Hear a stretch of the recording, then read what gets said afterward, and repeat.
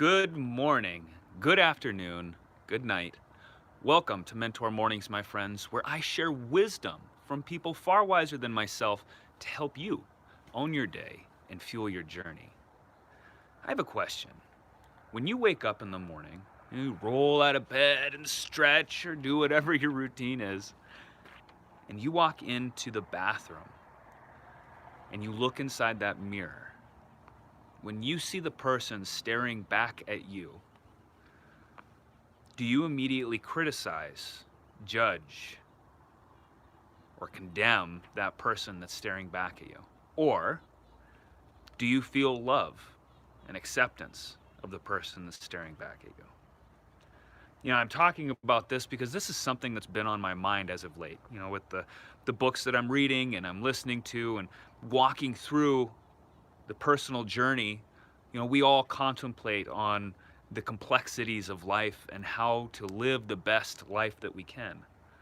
And when I look back across the journey of my experience so far, of going from boy to teenager and teenager to man and experiencing the ups and downs of family and relationships and what all of that means and how we continue living even after we experience intense suffering, how we can continue having a good life even when the people close to us or closest to us may be suffering, feeling a tremendous amount of pain inside of their lives.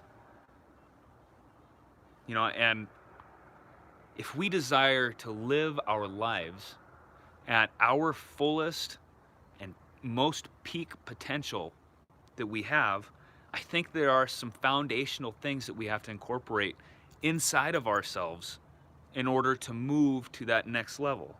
Like we could choose to let our lives be an example of how to rise, an example of how to recover, example of how to let go, an example of acceptance of the past, the present, and the future, an example of how to live an extremely messy human life to the best of our ability.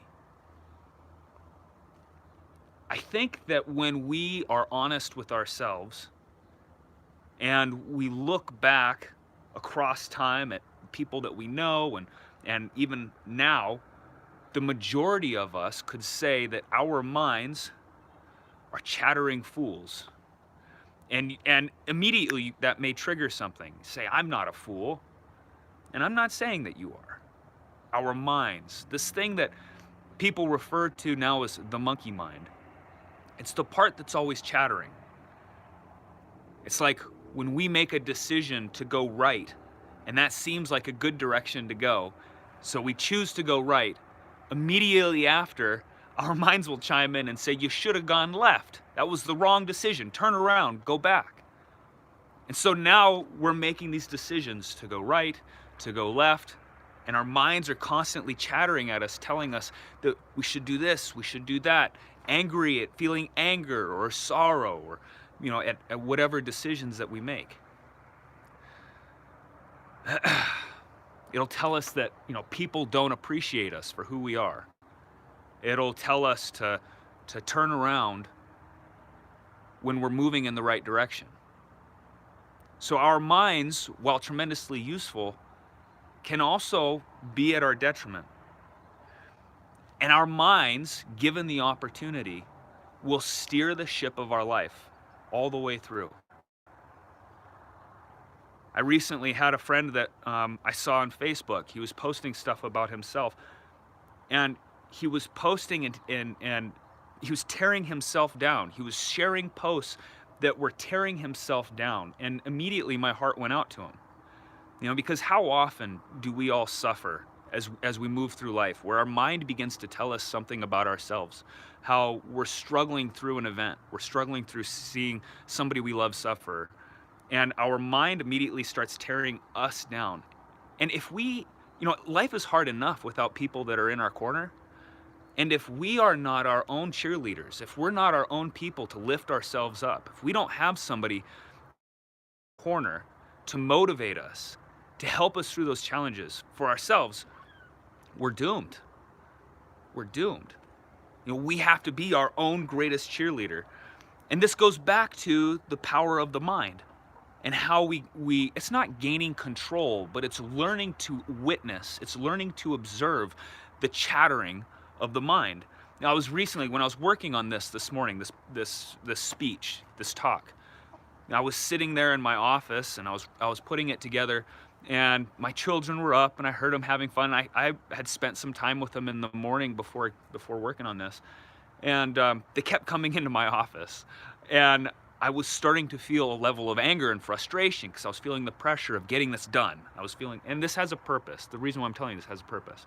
I was feeling the frustration of I want to get this done. I have to get this out. I have to get it out at a certain time. And then I had silence. They went in there eating their breakfast. I thought I had some silence for a while. And then it was immediately, like just a couple minutes later. By the way, guys, if you appreciate this video, could you please hit the thumbs up button? It means a lot to me to know that the people who watch this appreciate it enough to click a thumbs up button, and so I continue making these. Anyway, so I had some silence, I was grooving, I was making some treks, and then all of a sudden, my daughter came in, and my son had an upset stomach. And so I immediately, like I knew that I had to go help him. Immediately, my mind started saying all kinds of stuff. Like it was saying like, how can you get anything done when you have all these interruptions? This is silly. He'll be fine. You don't need to go in there. I need to go in there and check on him. And so my mind just started blah, blah, blah, blah, blah, blah, blah, blah. And it created this frustration and this anger inside of me. And I had a choice. At that moment, I had a choice. I could either let this anger and frustration guide my actions. I could let myself be consumed by it and pulled like a tide of an ocean. Or I could step out, I could step back, and I could say, who is it that's feeling the anger and the frustration? And when I made that choice to step back and say, who is it that's feeling that anger and frustration? I was able to see that it wasn't me. It wasn't my awareness. It wasn't the focused concentration, the consciousness. It was my mind that was telling me those things because it's my mind.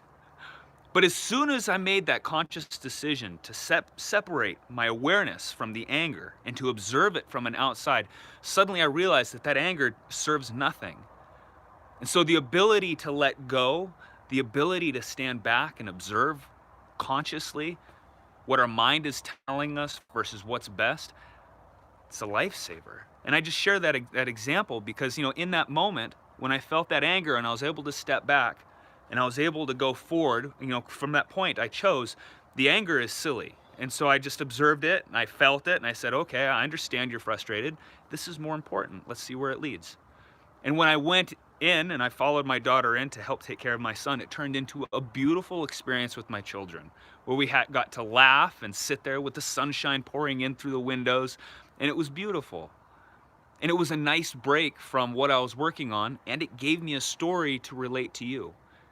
So anger, letting our minds tell us, letting our emotions tell us the direction of the path that we're supposed to go forward, oftentimes can deprive us of the opportunities, the perfect opportunities that could take us to exactly what we needed, the seat of victory, the seat of success.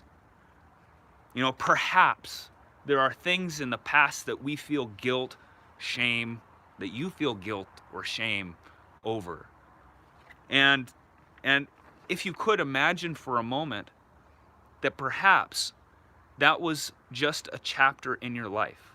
And life is giving us the opportunity at every moment. These things that we experience in life are the lessons.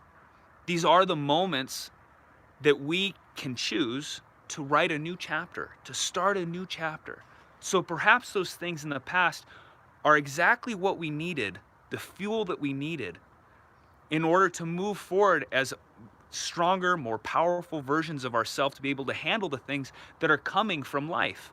Like if we hadn't have gone through, or if you hadn't have gone through those events inside of your past and had the opportunity to learn from them, to rise above them, to set that example for yourself and for the people around you, perhaps you would not be able or capable to take on the gifts and the opportunities that are coming inside of your life now.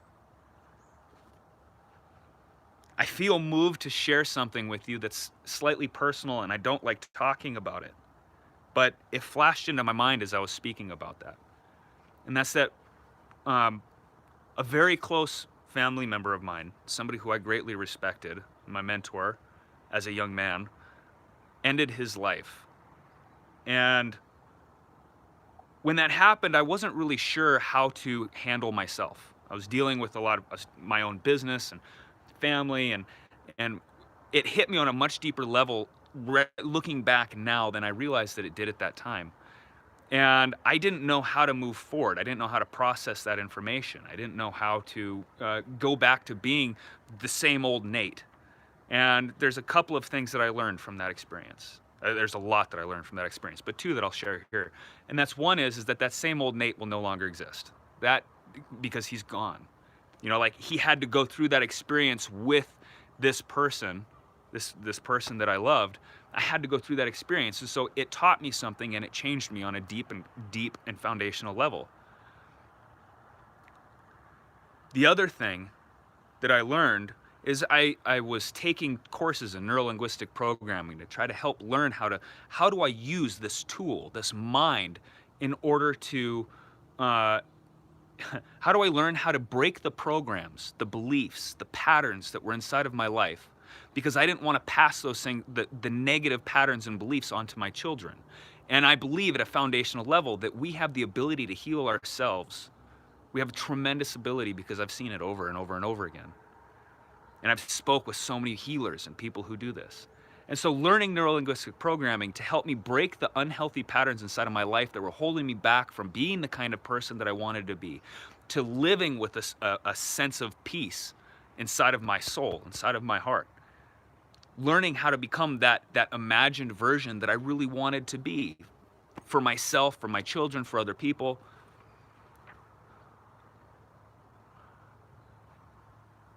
It's that I kind of lost the train of thought there, but it was that, oh my gosh, this is embarrassing. I hope you guys don't mind. I heard my kids chattering in there. Where was I going? So we all do have the ability to heal ourselves. I'm glad that comment came in. It's hard to become that imagined person. It is, and there's a couple of things about that too, is that like we have this imagined person that we want to be. And I talked about this a while ago. Maybe you saw the video about the perfect circles. How when we imagine a circle, a perfect circle inside of our minds, and then we try to translate that onto a piece of paper. So now try to draw a perfect circle. And what you imagine is never going to be what you are able to draw on the paper as far as a perfect circle. And yet that's as perfect of a circle as we can create. And so this imagined person that we want to be, we have to be okay with the fact that when we translate that imagination, that conscious creation, into our present reality, it's never going to be exactly what we imagined. It's just like when life gives us these opportunities, like we may imagine ourselves, you know, let's say owning a multi-million-dollar business selling pancakes. And that's what we want. We want to sell pancakes. And we do everything we can inside of our lives to own that business selling pancakes. And somehow, through the journey of life, we actually end up selling pancake flour so that other people can make beautiful pancakes. And so it's not exactly what we imagined inside of our mind, but it's still turned out to be a beautiful, journey and a beautiful place to land. I guess so when I think about, living, when I talk about becoming that person inside of our minds, it's more about the journey. It's more about the process of going through attainment and being able to accept what life throws at us, being able to accept those curves. I know that I'm speaking to the choir. We all experience the ups and downs of life, and something that I'm still working on today and that I value tremendously is the acceptance and letting go of what is and where we're going. Napoleon Hill, he said, every adversity, every failure, every heartbreak carries with it the seed of an equal or greater benefit. An equal or greater benefit. I guess, what I'm speaking about now is it's acceptance, and it's also faith.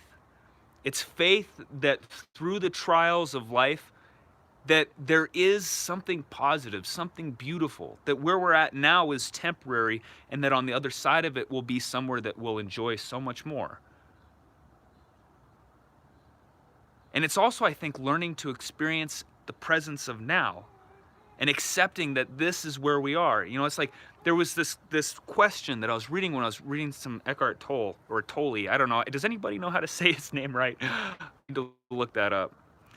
And it was a question that was asked that would help bring a person into the present moment right now. And that's that, what are you lacking in this moment? And let's say that in this moment you're hungry, you want food. You want food. Your mind is telling you that you want food. What are you lacking in this moment? But you could stop and you could say, in this moment, I am whole.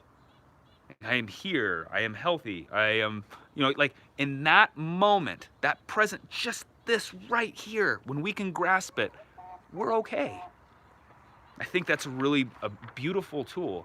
And so like the whole purpose of this video is, as I was starting to make it, it was really to speak about, one, becoming present. It was to speak about learning to separate ourselves, to shift our perspective of where we're at, our awareness, to shift the conscious awareness of where we're at from being involved with the chatter, constant turbulence of our minds that can lead us into so much frustration and heartache, to be able to shift that awareness, separated.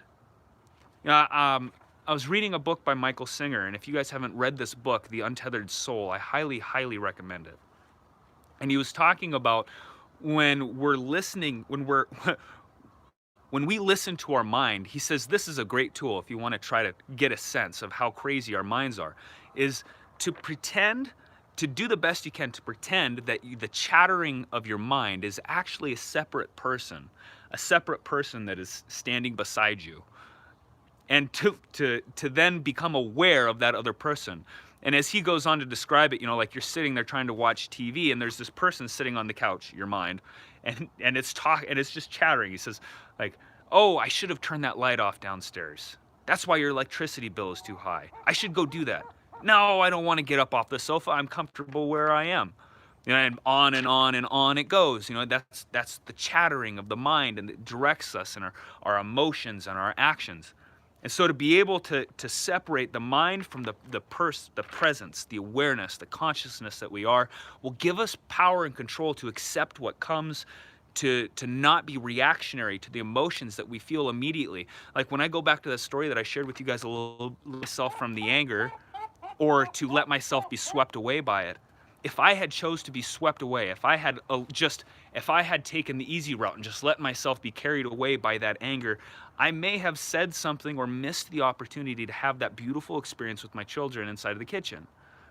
I may have said something that my daughter, could have remembered for the rest of her life as, like, wow, dad's really off his rocker right now. So, and I just look at that, and all of that came from awareness, from that presence. And that's why I speak about so often, if you guys watch my videos, that's why I speak so highly of creating a practice of meditation, of becoming centered, of becoming aware, of separating the chattering voice from your consciousness and your awareness. It's just such a powerful tool. So I guess to wrap this up, guys, if now is a good time to close that chapter door on what has been holding you back, if now is a good time, start a new chapter. Start writing that new chapter. Because all those things that happened in the past don't have to go forward. You'll never be the same person that you were before the events that triggered or caused pain inside of your life. You'll never be the same person. Yet, you can become a new person, new, more powerful in this present moment right now. And maybe I shouldn't have said that, but I guess I'm just kind of speaking from the heart today. So, thank you guys. I appreciate you. And I guess rise unconquered. Hit that thumbs up button if you appreciate this. Subscribe if you are not already. And I will see you Monday on Mentor Mornings. Until then, my friends, rise.